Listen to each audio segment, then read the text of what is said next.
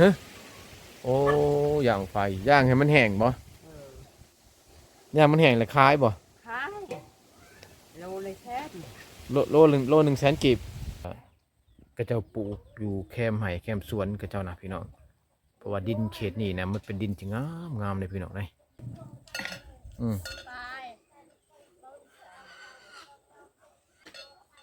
คุณอลิงัวกันจับแบบง่ายๆเลย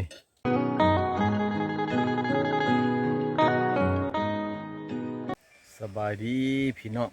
สบายดีFCบอสบุญยินดีนำเสนอพี่น้องเข้าสู่หมู่บ้านชนบทอีกคือเก่าพี่น้องมื้อนี้บอสบุญจะพาพี่น้องเข้าไปเบิ่งบรรยากาศบ้านทั้งหลังบอสบุญพี่น้องบ้านตัวนี้เป็นบ้านที่อยู่กลางป่ากลางดงพี่น้องจะมีเพียงตั้งแต่ประมาณ3หลังคาเรือนหรือว่า4นี่แหละพี่น้องบอสบุญกับบ่ได้มาบ้านตัวนี้ดุลเลยบางทีอาจจะมีหลังคาเรือนเพิ่มขึ้นหรือว่าซ้ำเก่าก็มีพี่น้องบอสบุญพาพี่น้องเขาไปเลาะเบิ่งบรรยากาศภายในหมู่บ้านกันจะเลยพี่น้องเส้นทางย่างเข้าบ้านเขาเจ้ากะเป็นเส้นทางแบบน้อยๆพี่น้องเป็นสูกเป็นเหวไปได้กะจะมีเพียงแต่รถจักรนะพี่น้องกับรถไถและรถใหญ่เนี่ยที่ว่าเข้าบ่ได้แล้วพี่น้องเลยมาทางนี้ก็เจ้ากะทางบริเวณในเดินบ้านนะเพื่อจะเฮ็ดไร่เฮ็ดสวนบ่สมบูรณ์เข้ามาสุดนี้นะสังเกตเบิ่งหลังคาเรือนจะมันเพิ่มขึ้นเลยพี่น้องเลยแต่ก่อนนะมี4หลังคาเรือนแต่สุดนี้บ่สมบูรณ์สังเกตเบิ่งอาจจะมี5พี่น้องอยู่นี่2หลังคามาทางนี้เป็นอีกหลังคาหนึ่งพี่น้องเป็น3อยู่หุ่นอีก2หลังคาเป็น5หลังคาเรือนพี่น้อง5หลังคาเรือนถือว่าเพิ่มขึ้นหลังคาหนึ่งนะพี่น้องบ่สมบูรณ์มาเดือนก่อนหันมีแต่4หลังคาเรือนมาสุดนี้เพิ่มขึ้นหลังคาหนึ่งถือว่าได้เป็น5หลังคาแล้วพี่น้องก็เริ่มขยายออกแล้วได้บ้านไหนถือว่าเป็นบ้านติดแปะกับหุบเขาเลยพี่น้องนี่ทางนี้จะเป็นหน้าผาที่สูงสันแปะกับหมู่บ้านเลยพี่น้องถ้าว่ามีภัยธรรมศาสตร์เกิดแผ่นดินไหวหรือว่าดินถล่มนะพี่น้องดินถล่มลงมาตั้งแต่ภูนะบ่สมบูรณ์คิดว่ามันคือที่ไหลลงมาท่วมบ้านของประชาชนเลยพี่น้องเลยแต่ว่าก็เจ้าอยู่นี่มาก็หลายผ่านหลายปีแล้วก็บ่เคยเห็นว่าดินถล่มหรือว่าหุบเขาเจือนจักเทื่อหรอกพี่น้องเพราะว่าหุบเขาหรือว่าผาตัวนี้มันเป็นผาหินพี่น้องนะจะเป็นหน้าผาหินเลยนะพี่น้องนะบ่แม่นว่าเป็นผาดินเป็นหินล้วนๆเลยพี่น้องเป็นหินขาว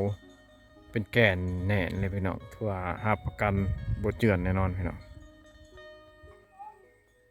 อยู่จุดตัวนี้นะมี2หลังคาเรือนพี่น้อง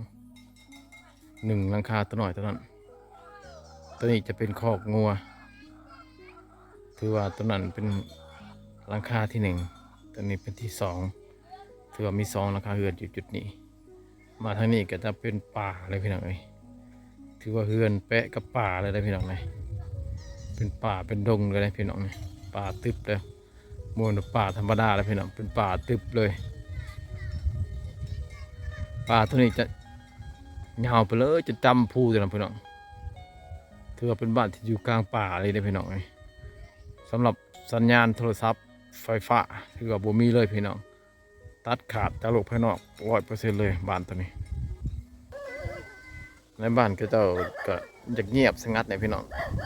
จะมีตั้งแต่เด็กน้อยนั่งหลินในเดินบ้านนี่แหละส่วนร้ายพ่อแม่นะครับไปหายไปสวนบ่ละพี่น้องก็เจ้าจะบอกคอยอยู่ดอกช่วง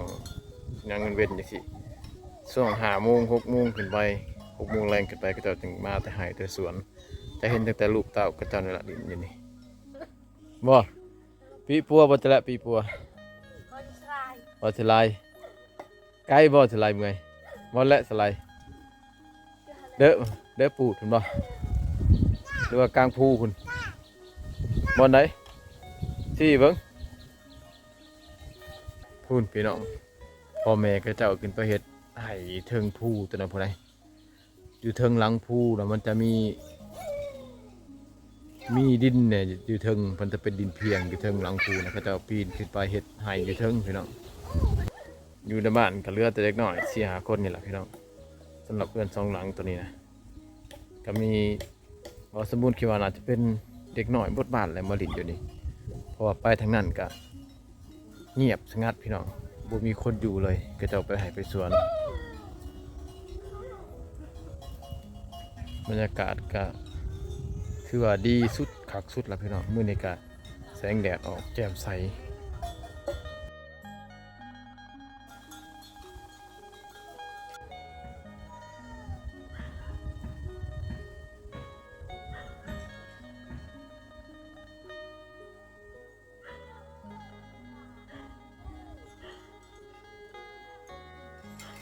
พอมาสังเกตเบิ่ง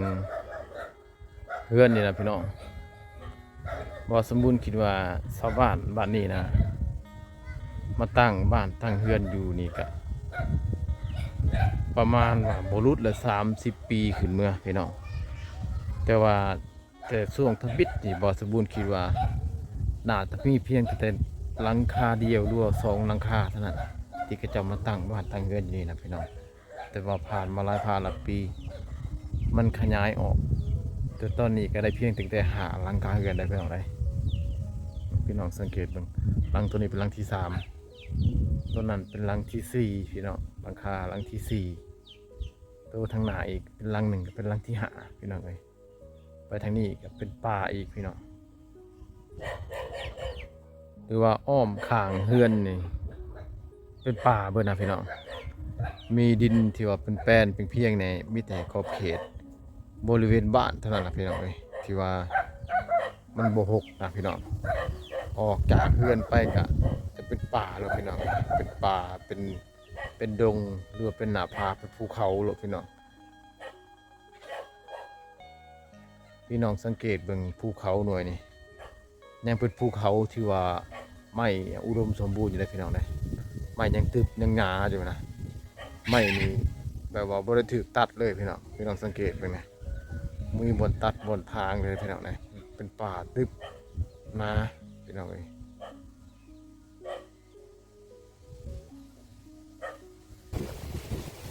มื้อนี้ก็ลมแห้งพี่น้องเอ้ย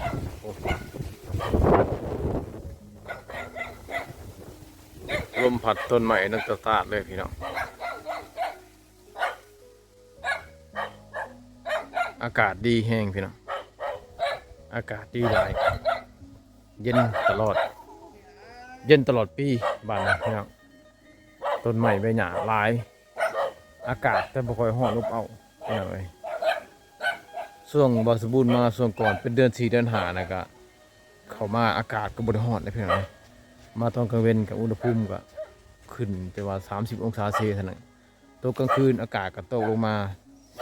15องศาหรือว่า16กับพอดีหลับพอดีนอนพี่น้องเอ้ย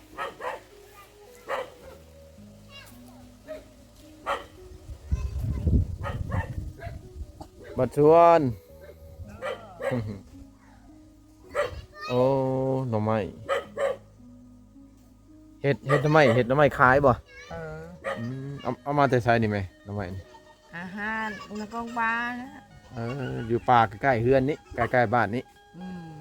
โอ้หน่อไม้พางบ่หน่อไม้หยัง มาพาง เอามาแล้วมาเฮ็ดอะไรนี่ย่างไฟบ่ มาขายโอ้ย ฮะโอ้ย่างไฟย่างให้มันแห้งบ่ย่างมันแห้งแล้วขายบ่ ขายโลเลยแท้ โลหนึ่งแสนกีบได้บ่โล แท้ขาย เออนี่ ลาว เราเอามาแล้วเฮ็ดได้ต้มบ่ จักว่าหามูจักมันเราเวทได้เฉย บ่อันแม่มาเลยแม่ต้มก่อนบ่นี่ต้มก่อนแล้วมาปาดบ่ ปาดไปเชียงพี่น้องมาต้มแล้วก็ปาดไปเชียงตัวนี้ปาดไปเชียงนิดหน่อยเป็นนะพี่น้องเพื่อว่าเวลาเราเอาไปย่างไฟนะพี่น้องนี่เด้เวลาเราย่างไฟเพื่อว่าให้มันแห้งง่ายมันแห้งแล้วมันจังซื่อบ่เวียดนะทานต้นเปียกวันนี้มันบ่เอาบ่ มาเอาโอ้ย อันนี้จะเป็นหน่อไม้พางหรือว่าหน่อไม้ไผ่พี่น้องส่วนหลายเลยเวียดนามมักซื้อพี่น้องเอ้ยคือพี่น้องเห็นแหละแม่เฒ่าเราเอามาแล้วก็ ปอกเปลือกแล้วก็ต้มแล้วก็มาปาดให้แล้วเพื่อว่าเขาจะแบ่เอาไปนี่นะพี่น้องมาย่างไฟมันแห้งเวลามันแห้งเขาจะขายให้เวียดนามจะซื้อโลละ100,000 กีบพี่น้องเอ้ยโล100,000 กีบเวียดซื้อมีเท่าไหรมันจะซื้อบุอันนะหน่อไม้ตัวนี้ซื้อเนี่ยมันเมาเองบ่แม่เฒ่าเวียดเมาเองบ่หรือว่าไปส่งมันอยู่ฮอดบ้านเวียดบ่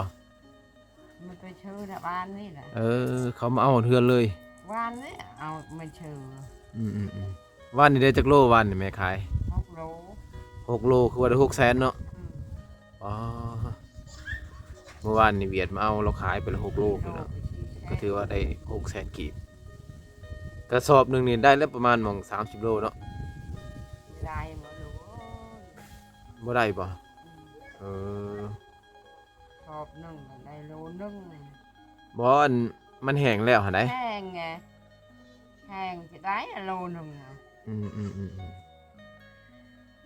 เต็มกระเป๋าเข่าหั่นแล้ววะแม่นบ่ นี่เต็มมือ ยังก็เอิ้นยังอะนะ อืม อะลูมบ่ อืม อืม มันฮอดได้3 โล อันนี้ก็คือ วิธีการหาเงินของพระเจ้าพี่น้องเพราะว่านอกจากขายมะพริกมะเขือก็เห็ดหน้ำไม้แห้งขายพี่น้องก็เลยแกะขายชีวิตประจำวัน อันนี้คือการเป็นอยู่ของ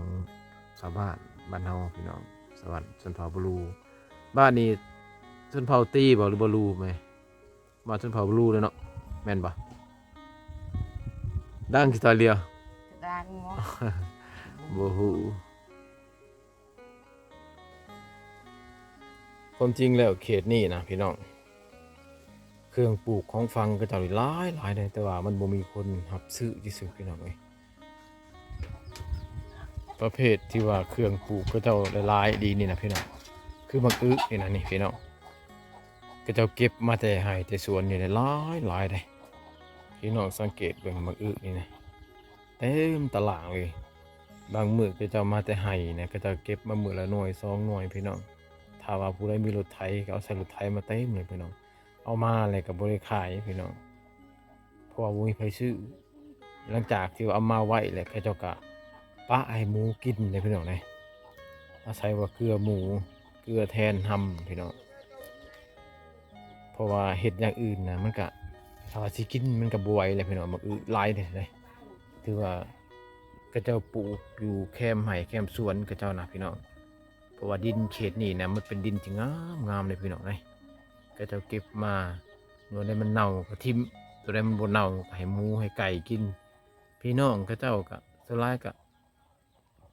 บ่ได้คอยมายามพี่น้องมันเป็นบ้านที่ว่าอยู่ห่างไกลสุขลีบนะคนนอกจะเข้ามาบ่สู่ถึงบ่ได้พี่น้องเอ้ยมื้อนี้แม่เฒ่ามันก็ให้เบาสมบูรณ์2 หน่วยพี่น้องสิใช้รถจักรเมื่อก็บ่อยากไหวแหละมันใหญ่นี่ก็สิเอามื้อหนึ่งกินลองเบิ่งพี่น้อง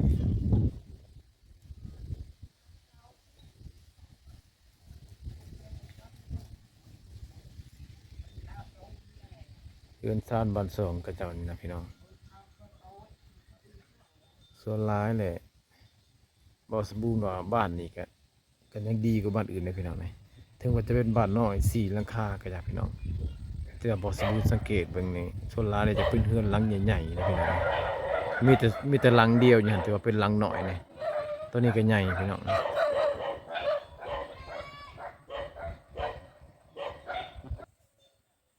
มื้อนี้แม่เฒ่าเพิ่นก็เอามาอื้อให้2 หน่วยพี่น้องมาอื้ออยู่กองตารางกินอันนี้อยู่นี่หน่วยหนึ่งแม่เฒ่าเพิ่นเอาให้เด้พี่น้องคันสิเอาหลายก็เอามือบ่ได้ดอกพี่น้องเอ้ยรถจักรเส้นทางเข้ามานี่ก็ช่วงนี้เป็นช่วงยามฝนก็เส้นทางก็จะยากแน่พี่น้องอยู่นี่ก็หน่วยหนึ่งเพิ่นให้พี่น้องถือว่าเพิ่นให้มาอื้อ2 หน่วยเพิ่นอยากให้เอาหลายแต่ว่าเอาบ่ได้ตัวนี้คือบริย่างใช่ไหมครับบ่ทันย่างบ่มืออื่นบ่มาใช้ไฟนะ ก็คือจะดังหมดจะเอาไว้มา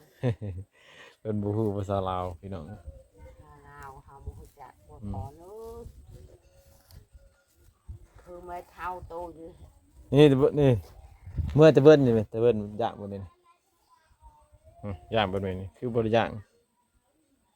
บ่ แล้วหนาว นี่ตัวนี้นี่คือบ่ใส่ไฟบ่ ใช้พายหมดเอาไว้ก่อนบ่ อืม แต่งเอาหมดเทน้ำจะไหน ให้น้ำมันไหลออกก่อน Ừ. รวมกันก็ยากๆหน่อยพี่น้องเพราะว่าเราบ่ค่อยรู้ภาษาลาวปานใดเพราะว่าบ้านตัวนี้นะพี่น้องถือว่าเป็นบ้านที่อยู่ไกลจากเส้นทางเซโปนเข้ามานี่86กิโลเมตรพี่น้องถ้าบ่สมมุติเบิ่งในเครื่องวัดในคอมพิวเตอร์รถจักรพี่น้องที่ขี่รถจากเซโปนเข้ามานี่86กิโลเมตรฮอดบ้านเลยพี่น้อง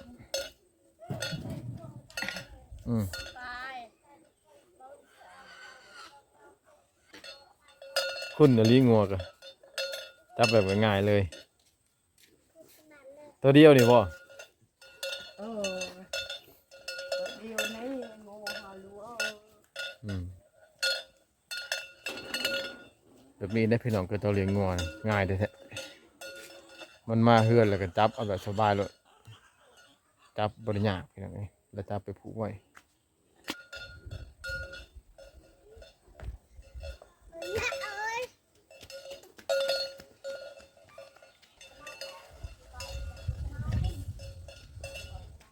ถึงว่าจะมีแต่4หลังคาแต่ว่า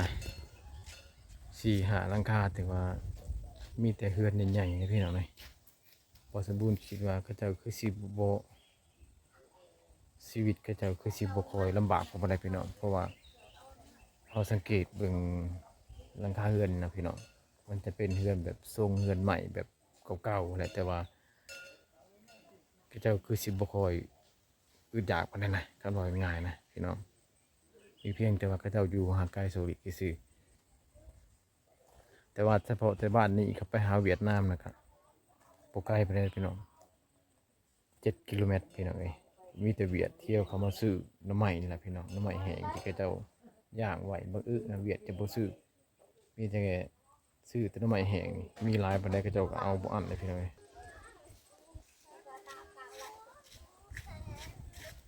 ยามค่ำๆลมพัดแห้งตาดอากาศเย็นสบายหมู่บ้านชนบทอยู่ในกลางหุบเขาอยู่ในกลางป่าแต่ว่าก็บ่ค่อยมียุงนะพี่น้องเอ้ยซาบาวสบูนเข้ามานี่นะสุดก่อนบาวสบูนมานอนค้างคืนอยู่บ้านนี่คืนหนึ่งก็บ่เห็นว่าสิมียุงเข้ามาตอมมากินพี่น้องเพราะว่าสุรายมันจะอยู่ในป่าสาเหตุที่ว่ายุงบ่เข้ามาก็คืออันที่หนึ่งเนี่ยก็เจ้าดังไฟอยู่กับทั้งเรือนเลยพี่น้องมันหิวคนไฟยุงก็เลยมาวนอันที่สองก็มันบ่ค่อยมีน้ำค้างในเดือนบ้านพี่น้องนี่พี่น้องสังเกตเดือนบ้านนี่บ้านก็เจ้าจะบ่ค่อยเปื้อนเลยพี่น้องเลยถึงแม้ว่ายามนี้เป็นยามฝนก็อยากพี่น้องฝนก็ตกวิดเมื่อวานนี่พี่น้องฝนกำลังเซาลินนะแต่ว่าบ้านก็เจ้าก็สะอาดแบบว่าบ่เปื้อนนะพี่น้องเอาพี่น้องสำหรับบ่าวสบูนเขามาเลาะหมู่บ้านที่ว่ามี4-5หลังคาเรือนนี่ก็ถือว่าฮอบบทบาทแล้วพี่น้องเบิ่งทุกหลังคาเรือนแล้วนะจังซั่นแหละจะเดินทางกลับพี่น้องเดินทางไปพักผ่อนเพื่อจะสืบต่อไปบ้านอื่นพี่น้องแต่สำหรับคลิปนี้ก็ขอฝากไว้อยู่ที่หมู่บ้านน้อยๆ4หลังคา5หลังคาพี่น้องจังได๋ก็อย่าลืมกดไลค์กดแชร์กดติดตามเพื่อให้กำลังใจบ่าวสบูนตื่นพี่น้องเจอกันใหม่คลิปหน้าขอขอบใจที่รับชมคลิป